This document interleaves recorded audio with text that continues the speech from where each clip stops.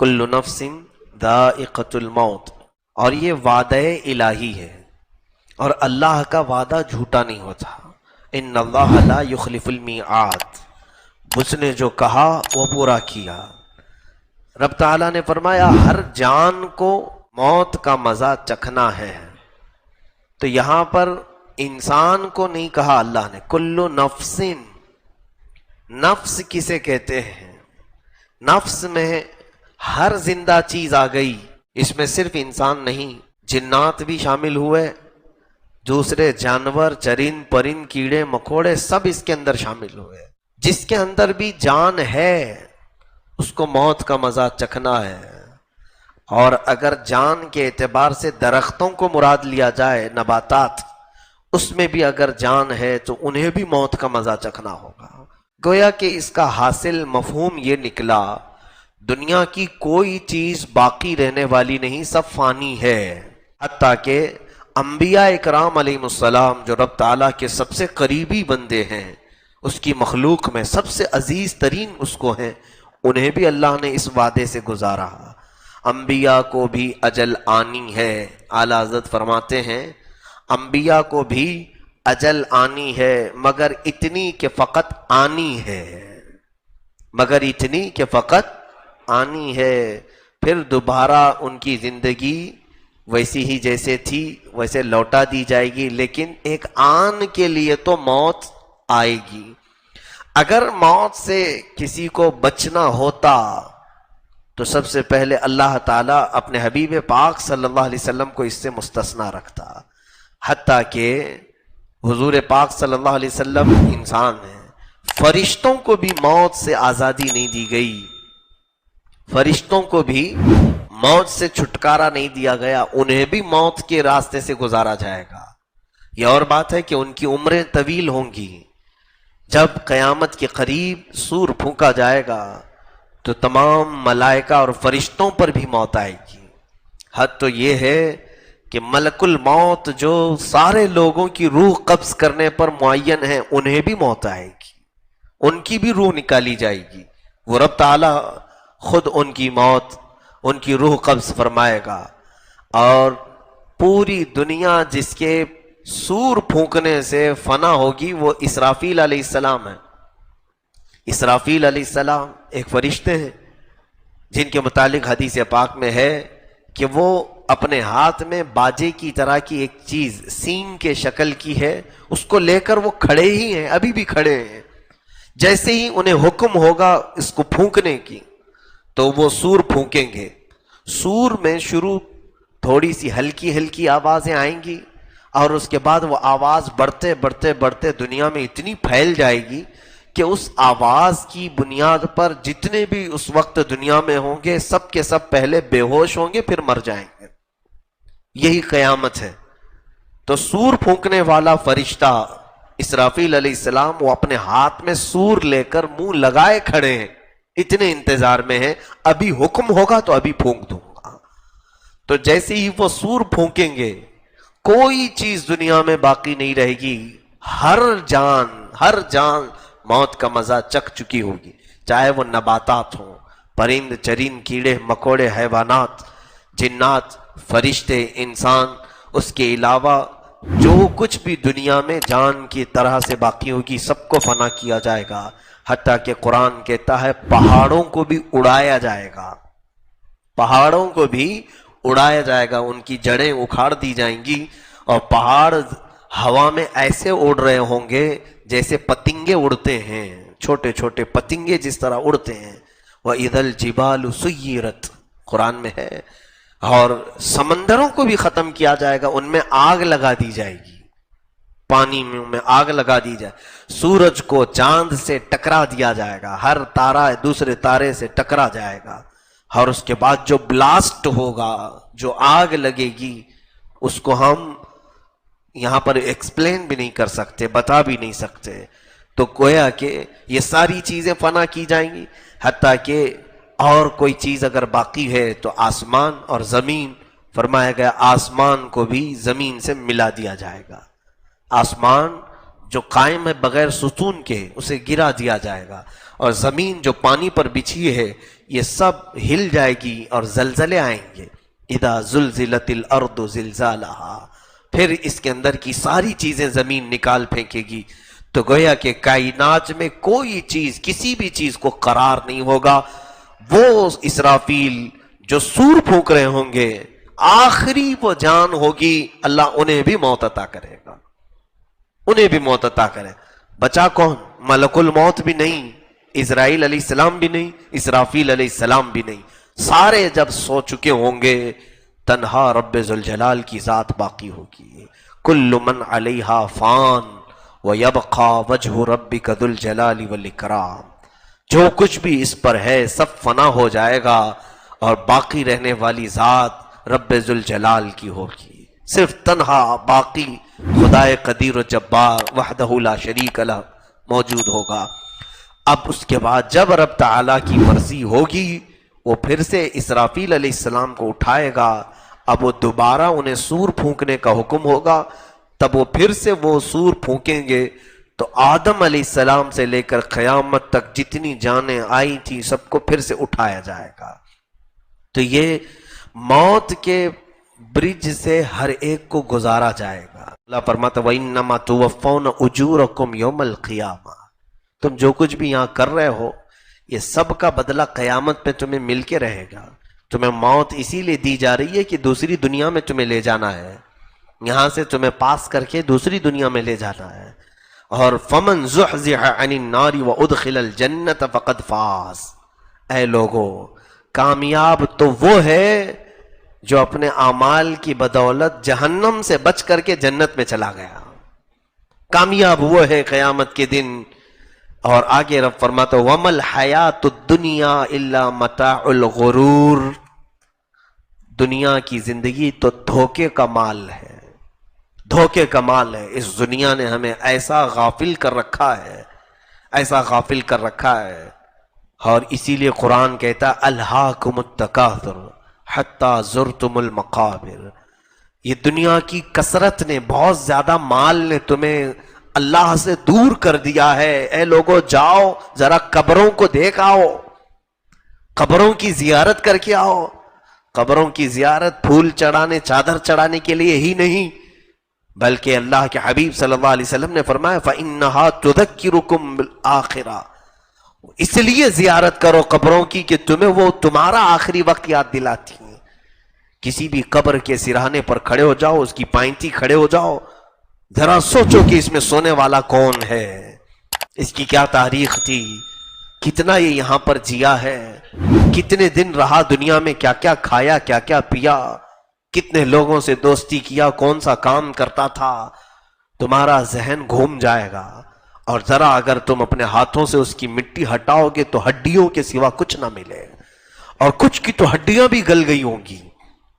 ہماری زندگی کا یہی حاصل ہے، ہمارا جسم کیڑے مکوڑوں کی غذا بنا دیا جائے گا۔ ہماری دفن کے بعد سب سے پہلے ہمارے جسم کو پھاڑ دیا جائے گا، پیٹ ہمارا سب سے پہلے پھٹ جاتا ہے، زبان ہماری باہر نکل آتی ہے، آنکھوں کے دیدے ختم کر دیے جاتے ہیں، ناک سے ہماری تمام تر پیٹ کی چیزیں باہر نکل جاتی ہیں۔ میرے عزیزو، قبروں میں دفن کرنے کا جو حکم ہے وہ مردے کی تمام بے عزتی کو چھپا دینے کے لیے ہے، اس کے عیبوں کو چھپانے کے لیے۔ لیکن جو اس کے ساتھ ہوتا ہے، اگر کسی میت کو دھوپ میں روڈ پر رکھ دیا جائے تو پھر پتہ چلے گا کہ ہمارا آخری وقت کیا ہوتا ہے۔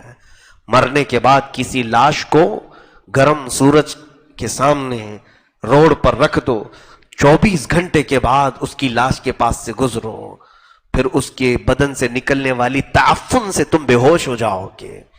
پھر قبروں کے اندر جو ہوتا ہے وہ اللہ ہی بہتر جانتا ہے۔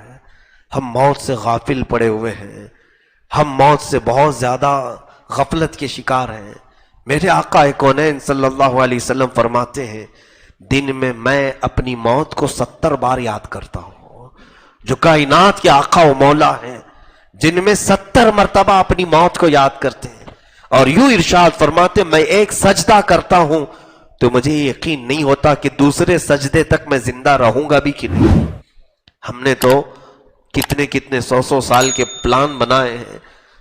آگاہ اپنی موت سے کوئی بشر نہیں. حدیث رسول میں ہے پانی اگر تھوڑا زیادہ گرم کر کے میت کو نہلایا جائے تو وہ گرم بھی اس کو لگے گا، گرمی بھی اسے لگے گی. جتنا وہ اپنی زندگی میں گرم نہاتا تھا اتنا ہی نہلاؤ. کچھ زیادہ گرم کرو گے تو جس طرح تمہیں چٹکے لگتے ہیں اسی طرح اسے بھی لگے گے. تمہیں جس طرح مکھی بیٹھنے پر کھجلاہٹ ہوتی ہے میت کو بھی اسی طرح سے ہوگی. اور اس کے جسم پر جو کچھ بھی بیٹھتا ہے سب اسے معلوم ہوتا ہے، سب کا احساس ہوتا ہے. لوگ یہ سمجھتے ہیں مرنے کے بعد تو کچھ بھی اب نہیں ہوگا. میں تو کبھی سوچتا ہوں کچھ لوگ مردوں کو، ہندو اپنے مردوں کو توڑ مروڑ کر کے بٹھا کر کے لے جاتے ہیں، ہڈیاں توڑتے ہیں اور انہیں بٹھا کر کے لے جاتے ہیں. ان کے ناک سے ادھر ادھر سے رسیاں کھونس کے نکالتے ہیں. ہر ایک کا احساس ہوتا ہے. میرے عزیزو یہ ایک منزل بڑی کٹھن منزل ہے. سیدنا عثمان ابن عفان رضی اللہ تعالیٰ مصلی بچھاتے تھے. جب قبر والی کوئی آیت آتی قرآن میں یا موت کا تذکرہ آتا تو اتنا روتے تھے کہ آپ کی ہچکیاں بندھ جاتی تھیں. اور آپ کے غلام وہ فرماتے ہیں صبح میں مصلی نچوڑ کر کے سکھاتا تھا، اتنے آنسو ان کے مصلی پر گرتے تھے. سیدنا عثمان ابن عفان اور قبروں کے پاس جاتے تو ان کا چہرہ پیلا پڑ جاتا تھا، پورا بدن کانپنے لگتا تھا. لوگ کہتے ہیں آپ خلیفہ رسول ہیں، عشرہ مبشرہ میں سے ہیں، یہ قبروں کے پاس آتے آپ اتنا ڈر کیوں جاتے ہیں؟ فرماتے ہیں یہ وہ منزل ہے کہ یہاں سے جو پاس ہو گیا پھر وہ آخر تک پاس ہوتا ہی رہے گا، اور جو یہاں پھنس گیا ہر معاملے میں پھنستا رہے گا، ہر جگہ پھنسا جائے گا. اور زمین کے متعلق یہ بھی فرمایا گیا کبھی کبھار یہ جلال میں بار بار کہتی ہے کہ اے مولا فلانا بندے کو جلدی میرے اندر ڈال، میں اس کی ساری اکڑ کو ختم کر دوں گی. جس قدر وہ اکڑ کر کے مجھ پر چلتا تھا، جو غرور و تکبر سے وہ مجھ پر ناچتا تھا، اس کو صرف میرے اندر بھیج دے، پھر میں اس کی پسلیوں کو ملا دوں گی. اس کے سینے کی ہڈیوں کی کڑکڑاہٹ سے جانور بھی کانپ جاتے ہیں. زمین انتظار کر رہی ہے. عذاب کے فرشتے الگ انتظار میں ہیں، رحمت کے فرشتے الگ انتظار میں ہیں، جنت کے دروازے انتظار میں ہیں، دوزخ کی کھڑکیاں انتظار میں ہیں. ایک بندے کے لیے سب انتظار میں ہیں، ہماری موت کے انتظار میں ہے کہ یہ کب مرے گا اور اس کے لیے کیا حکم آنے والا ہے.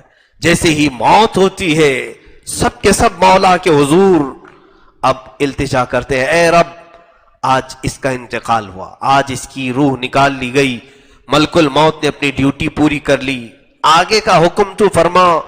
کون سی زمین کو اس کا لقمہ بنایا جائے گا؟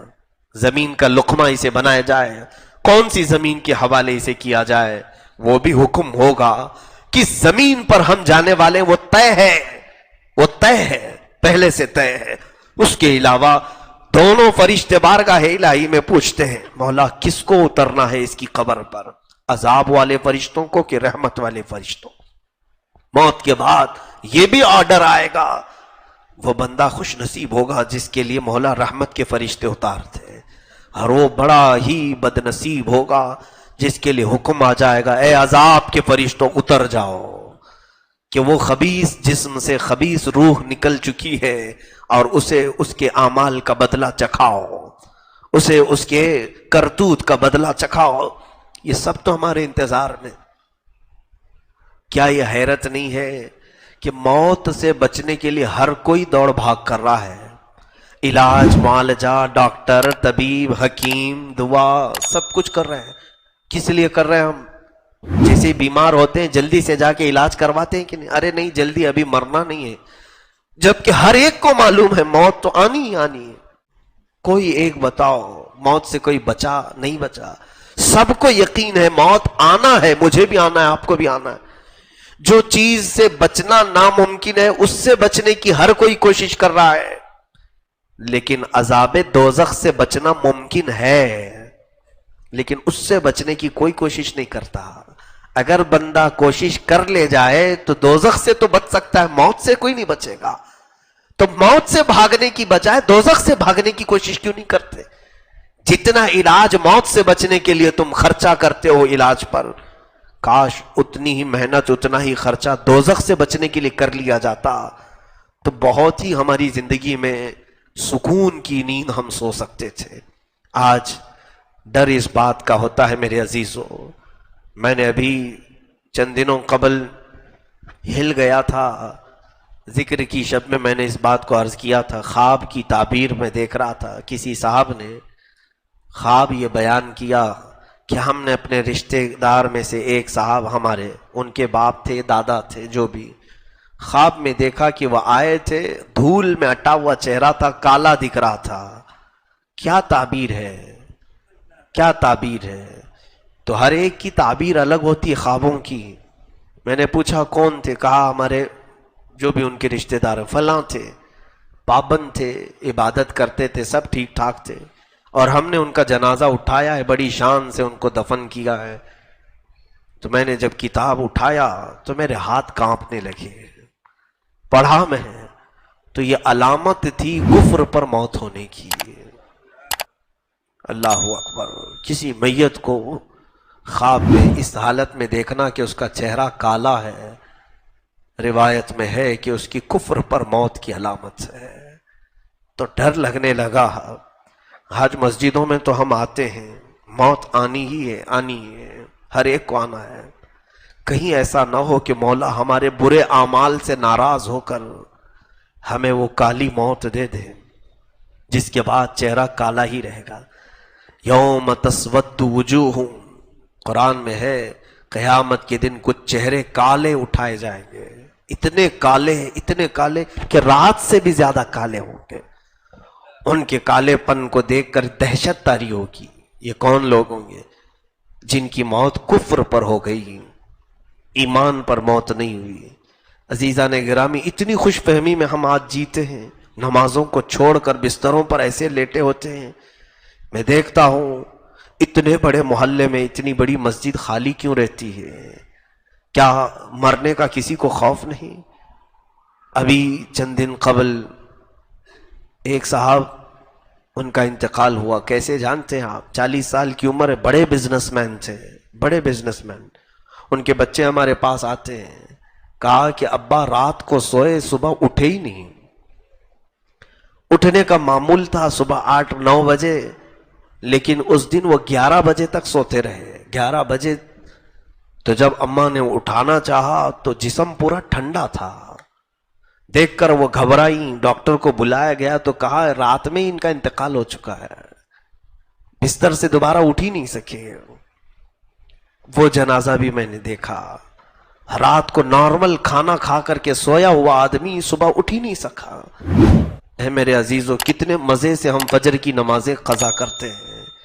کیا تمہیں خبر ہے کہ آج کی فجر کی نماز قضا کرنے کے بعد اگر تمہاری موت آئی تو بے نمازیوں میں ہی حشر ہوگا, اٹھایا جائے گا یہی کہہ کر کے قیامت کے دن, مولا یہ بنا نماز کے تیری بارگاہ میں آیا ہے. ہم تو ڈرتے ہیں اس بات سے کہ عشاء ہماری قضا نہ ہو جائے, چھوٹ نہ جائے, کہ کہیں اگر یہ رات ہماری زندگی کی آخری ہو تو ہم کو جب اٹھایا جائے گا, موت لی جائے گی تو بے نمازی اٹھایا جائے گا.